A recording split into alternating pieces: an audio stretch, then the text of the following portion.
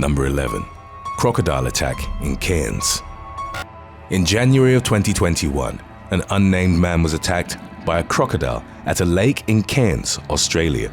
The 44-year-old was in the water at a popular Lake Placid tourist spot. As he was swimming, he felt the massive reptile's jaws clamp on his head.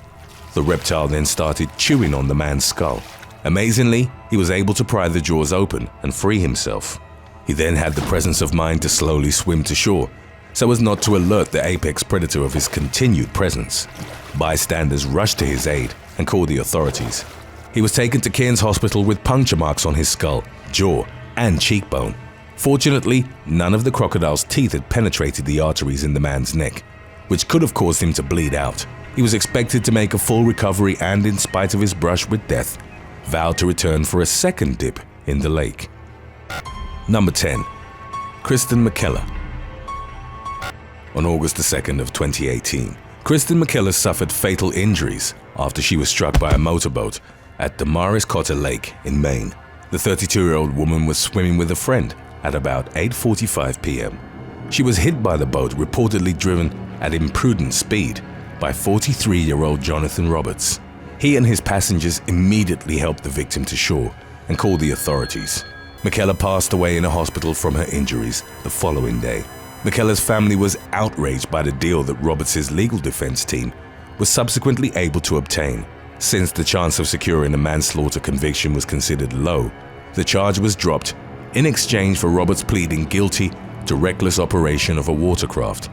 He was given a $400 fine and sentenced to 100 hours of community service. Number 9. Great Salt Lake boat accident.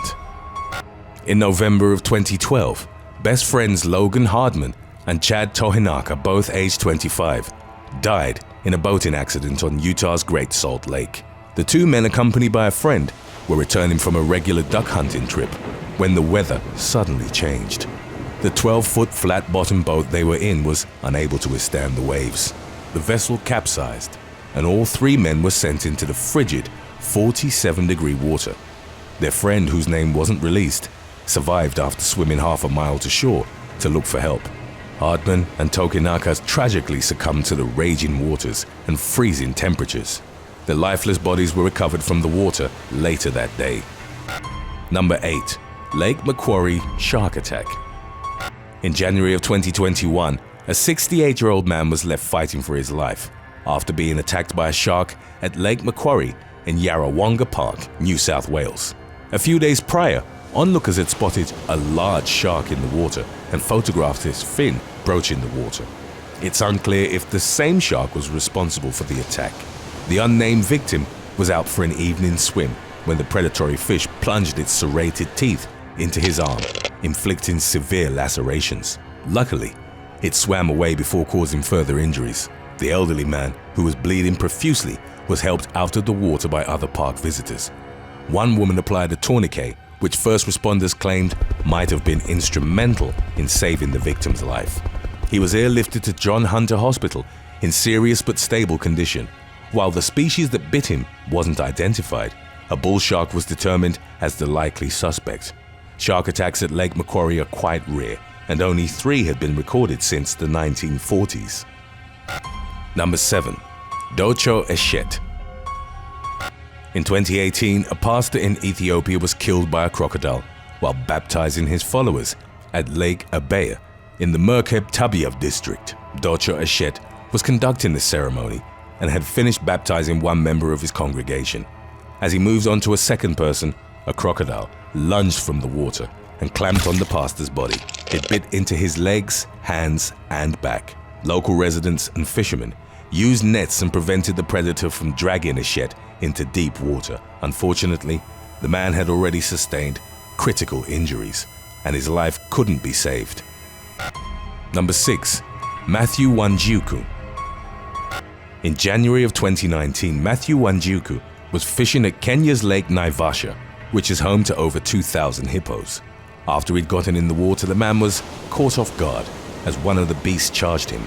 He ran on the shore but ended up on the ground, near a fallen tree that blocked his path and left him trapped with the enormous beast.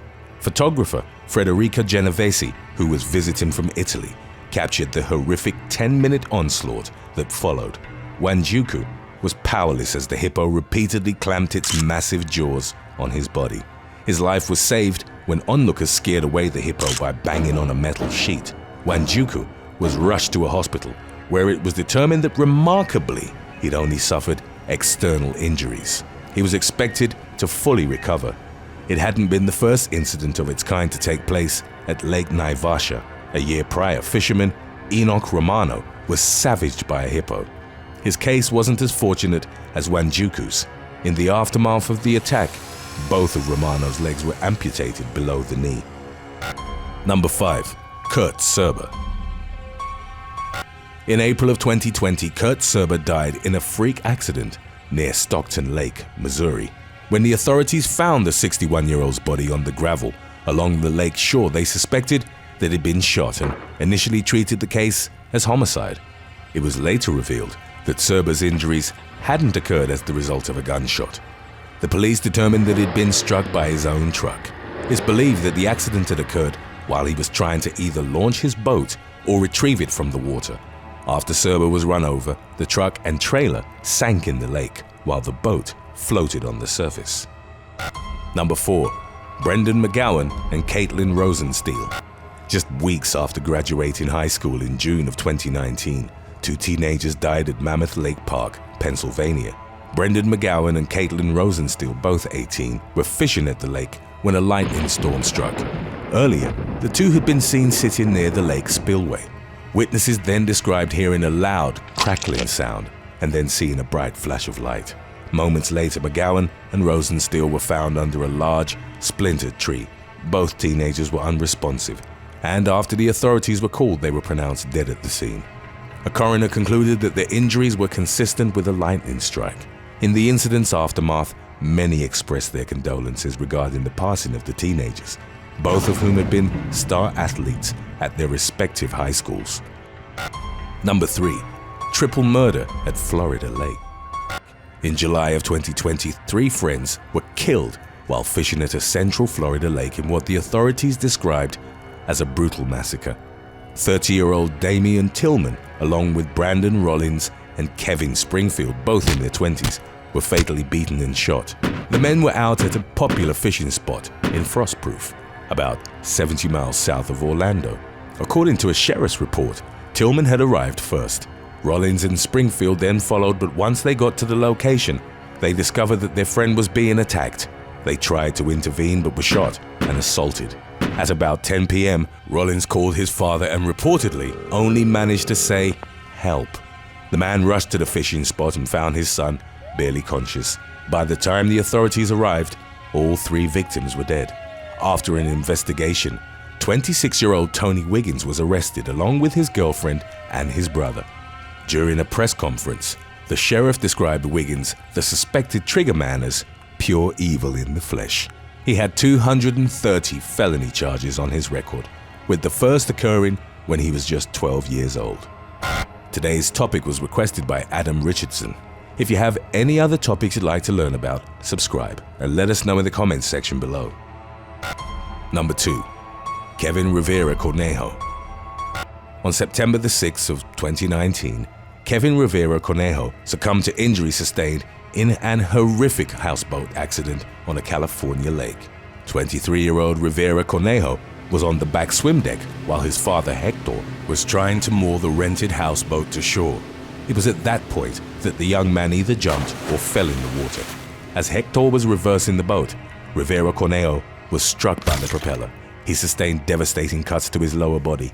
He was pulled from the water and Hector started to administer CPR. The emergency services arrived on site and placed Rivera-Cornejo on a patrol boat destined for the Silverthorne Resort, where an ambulance and helicopter were standing by.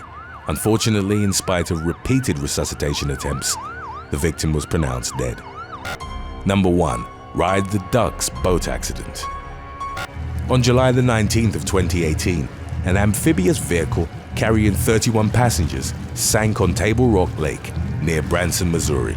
Commonly known as a duck boat, the wheeled amphibious vehicle was used by the U.S. military during World War II and the Korean War. In the years that followed, duck boats were in surplus. and a veteran in Minnesota started a business giving tours. The practice spread, but after several incidents, the safety of duck boats came into question. Criticism was focused on their low freeboard and open interior, which made them vulnerable to rapid swamping, as well as on the continuous canopy over the passengers' heads that hindered escape in case of sinking. It was these elements, coupled with inadequate maintenance and poor decision-making, that contributed to the massive loss of lives on July the 19th. The tour on Table Rock Lake had proceeded as scheduled in spite of approaching thunderstorms. About an hour prior, the National Weather Service had issued a warning. The storm swept through the lake quickly, with winds in excess of 60 miles per hour that caused 3-foot waves. By the time the first 911 call was issued at around 7:09 p.m., the duck boat was already sinking. Neither the crew nor the passengers were wearing life jackets at the time.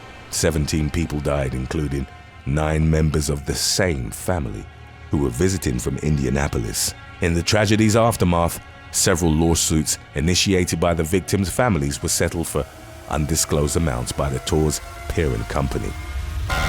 Thanks for watching. Would you rather swim in a crocodile-infested lake or get into a tank with a tiger shark for 30 minutes? Let us know in the comments section below.